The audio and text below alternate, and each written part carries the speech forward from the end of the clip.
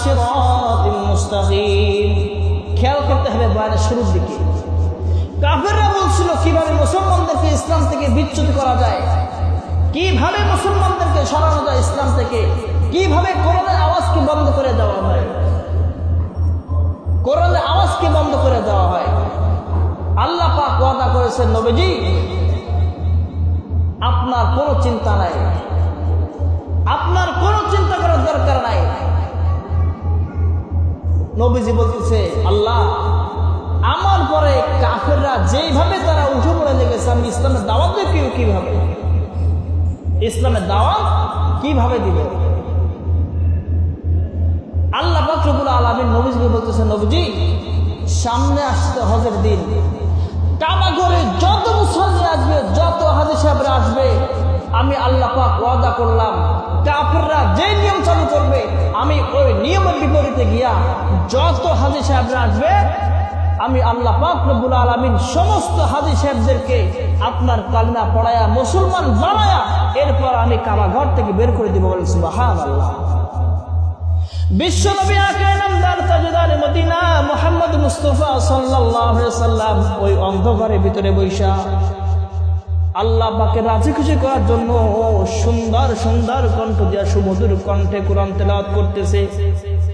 আর কাফেররা যখন বলল ওই ঘরের দিকে তোমরা মনের ভুলে যাইবা না, ওই ঘরের ভিতরে একটা পাগলকে বন্দী করে রাখা হয়েছে, যদি কোনো ব্যক্তি ওই পাগলের চেহারার দিকে তাকায় তাহলে তার চেহারা কিন্তু পাগলের চেহারা মতো হয়ে যাবে। সুবহানাল্লাহ। অনেকেই কাফেররা বলতেছে ওই যে ঘরটা আছে ঘরের ভিতরে একটা কানা, একটা অন্ধ, একটা পাগলকে গৃহবন্দী করে রাখা হয়েছে।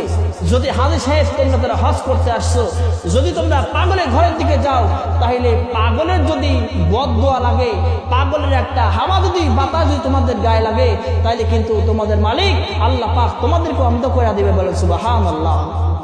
মক্কা মুকাররমায় কাবা ঘরের ভিতরে যত মুসলমান হাজী সাহেবরা হজ করতে আসছেন তারা নিজেরা পরস্পরে আলোচনা করতেছে, এই তোমরা সবাই শোনো, তোমরা সবাই শোনো, আবু জাহেল যে একটা ফরমান জারি করে দিল যে অমুক ঘরের ভিতরে একটা পাগলকে বন্দী করে রাখা হয়েছে, যদি তোমরা ওই ঘরের পাশে যাও তাহলে তোমরা কিন্তু সবাই পাগল হয়ে যাইবা, তোমরা কিন্তু অন্ধ হয়ে যাবে, ল্যাংড়া খোড়া হয়ে যাইবা। এটা তো সাধারণ কোনো পাগল হইতে পারে না, এই চল চল পাগল হয় হবো, যা হওয়ার হতে হবে, আমরা দলে দলে চল আগে পাগলটাকে দেখে আছি। বলেন সুবহানাল্লাহ। দলে দলে তারা বলা বলি করতেছে। আবু জাহেল যে বললো অমুক জায়গায় অমুক ঘরের ভিতরে একটা পাগল আছে, পাগলের চেহারার দিকে তাকাইলে পাগলের মতো চেহারা আমারও হয়ে যাবে, এটা দুনিয়ার কোনো সাধারণ কোনো পাগল হইতে পারে না।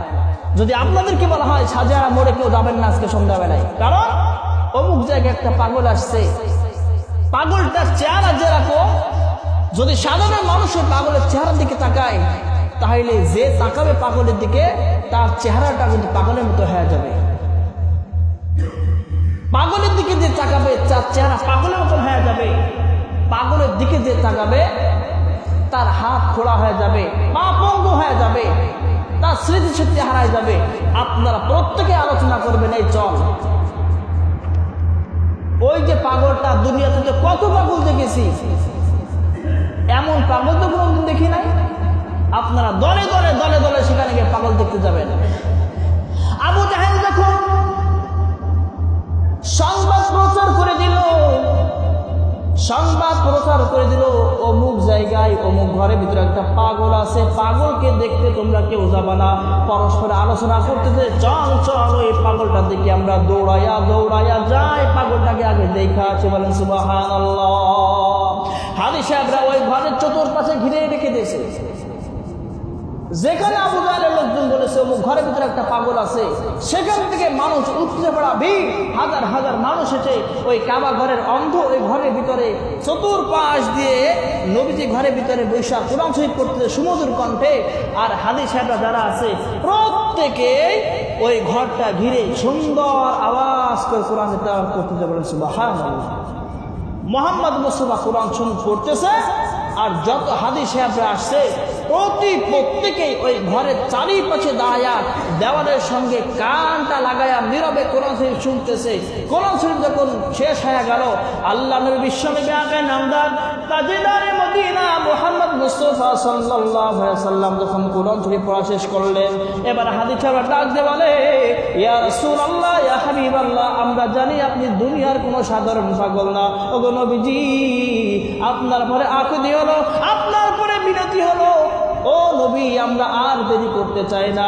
নবীজি, আপনি কোরআন শরীফটা থামাইয়া আমাদের যত হাদিসে বাসি প্রত্যেকের হাতে আপনি আমাদেরকে হাতে হাত রেখা সেই মহান রবের কালেমা, আপনার যে দাওয়াতের কথা আছে, আপনি আমাদের প্রত্যেকের হাত ধরে জনে জনে আপনি কালেমা পড়াইয়া দিন। বলেন সুবহানাল্লাহ। সাজি সাহেবরা বলতেছে, নবীজি, আবু জাহেল নিয়ম করেছিল ওই ঘরের পাশে একটা পাগল আছে। নবীজি, আমরা তার কথা না শুনি না, একটা বিদেশি পাগলকে দেখার জন্য আমরা আপনার এই ঘরের পাশে এসে ভিড় করেছি। নবীজি, আপনি যে কোরআন শরীফ তেলাওয়াত করলেন, আপনার কোরআন শরীফ তেলাওয়াত এত সুন্দর, এত শ্রুতি মধু হইয়া আমাদের দিলে আসর করছে, দিলটাকে আঘাত দিয়েছে। নবীজি, আপনার হাতে আমরা কালেমা না পড়া কাবা ঘর থেকে আমরা আর বাড়ির পথে যাব না। বলেন সুবহানাল্লাহ। নবীজি ঘর থেকে বের হইয়া বারান্দায় আসছে। আহাম্মকর দল বারান্দায় এসা আমরা যেরকম বাঁশ দিয়ে বেড়া বানায় বারান্দাগিরি, ওই রকম ভাবে তারা খেজুরের বাইলে দিয়ে তারা বেড়া বানাইছে। নবীজি সেখানে বারান্দায় এসে বাইরে আর বেরোতে পারলো না। বারান্দায় এসে সকলে বলতেছে, ও উম্মতে মুহাম্মাদি, আল্লাহ পাক তোমাদেরকে ধন্য করেছে, আল্লাহ পাক তোমাদেরকে ধন্য করেছে, আল্লাহ পাক তোমাদেরকে ধন্য করেছে। শাহাদাত আঙ্গুলিগুলো আসমানের দিকে উঠায় বলো, লা ইলাহা ইল্লাল্লাহু মুহাম্মাদুর রাসূলুল্লাহ সাল্লাল্লাহু আলাইহি ওয়াসাল্লাম। আবু জাহেল বলে, কি হইল? এত চেষ্টা করলাম, কোনো প্রকার কাজ হইল না। আর যাদেরকে নিষেধ করেছিলাম, যত হাদি সাহেবরা মক্কা হজ করতে আসে, প্রত্যেকে মুহাম্মাদের কালেমা নিয়ে ধন্য হয়ে তার বাড়ির দিকে রওনা হয়ে গেল। এখন করতে হবে কি? এখন আর কি করার আছে? আবু জাহেল তার প্রজাদেরকে ধমক দিচ্ছে। এদিকে আবু জাহেলের কন্যা, আবু লাহাবের স্ত্রী, আবু জাহেলের মেয়ে, আবু লাহাবের স্ত্রী, তাইলে তার পাওয়ারটা কত হতে পারে? আবু বকর এবং জনাবে মুহাম্মদ রাসূলুল্লাহ সাল্লাল্লাহু আলাইহি ওয়াসাল্লাম মসজিদে নববীতে বসে কোরআন শরীফ পড়তেছে। খেয়াল করেন, আবু বকর সিদ্দিক রাদিয়াল্লাহু তাআলা আনহু আর নবীজি মসজিদে বসে সকাল ভোরবেলা নামাজ পড়ে কোরআন শরীফ তেলাওয়াত করতেছে। এখন আবু জাহেল তার মেয়েকে বলতেছে, মা, এত চেষ্টা করলাম মুহাম্মদকে দূরে ছড়ার জন্য, মুহাম্মদকে মারার জন্য কত চেষ্টা করলাম, কিন্তু কোনো প্রকার কাজে আসলো না। এক কাজ কর, পুরুষ তুমি কিসে দুর্বল? নারীতেই তুমি দুর্বল। পুরুষ তুমি নারীতেই দুর্বল। তুমি রাজপথে রাস্তা গরম করতে পারো, মানুষের সামনে হুঙ্কার ছাড়তে পারো, ঘরের বউতে যদি তোমাকে একটা চাবি মারে, বাইরে তুমি বীর পুরুষ থাকতে পারো, বাড়ি এসেছে তুমি তোমার বউর কাছে বিড়াল। আবু জাহেল ডাক দিয়ে বলতেছে, মা, তুই পারবি মুহাম্মদকে শাস্তি করার জন্য?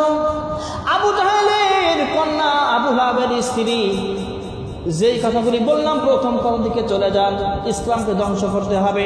আবু লাহাবের স্ত্রী জানে যে আজকে সকালবেলা মুহাম্মদ নামাজ পড়তে মসজিদে, সেখানে বসে কোরআন শরীফ তেলাওয়াত করবে, সুতরাং এখনই আমার সময়, এখন যাব। আবু লাহাবের স্ত্রী মসজিদে নববীতে ফজরের পরে কিন্তু একটা খেজুরের ডাল নিয়ে হাঁটতে আসতেছে। আবু বকর দেখে চিন্তা করতেছে, ইয়া রাসূলুল্লাহ, ইয়া হাবিবাল্লাহ, কেস তো আজকে কেস খেয়ে গেছে। কারণ আবু জাহেল পারল না, আবু লাহাব পারল না। নবীজি আজকে এসে দেখি আবু জাহেলের স্ত্রী আবু জাহেলের কন্যা আবু লাহাবের স্ত্রী বড় একটা লাঠি নিয়ে আসতেছে, আমার আর আপনাদের আজকে দুনিয়া থেকে বিদায় করে দেবে। নবীজি বলতেছে, আবু বকর, নো টেনশন, কোনো টেনশন করার দরকার নাই। কারণ আল্লাহর কোরআন নিয়ে যারা চলে, আল্লাহ পাকের কথা যারা শোনে, যারা আল্লাহ পাকের হয়ে যায়, আমি আল্লাহ পাক স্বয়ং তার হয়ে যায়, আবু বকরকে নবীজি বলতেছে, আবু বকর তুমি কোরআন শরীফ পড়তেছো, কোরআন শরীফ পড়ো, আমিও পড়তেছি। ওই মহিলা যখন এসে কথা বলবে, তুমি আমার সঙ্গে কথা বলবো না, আমিও তোমার সঙ্গে কথা বলবো না। বলেন সুবহানাল্লাহ। হাঁটতে হাঁটতে মসজিদ নববী সিঁড়ি দিয়ে ঠেলে উঠেছে। মহিলারা রাগ হয়ে গেলে দেখবেন আসল বান্ধে মাজায়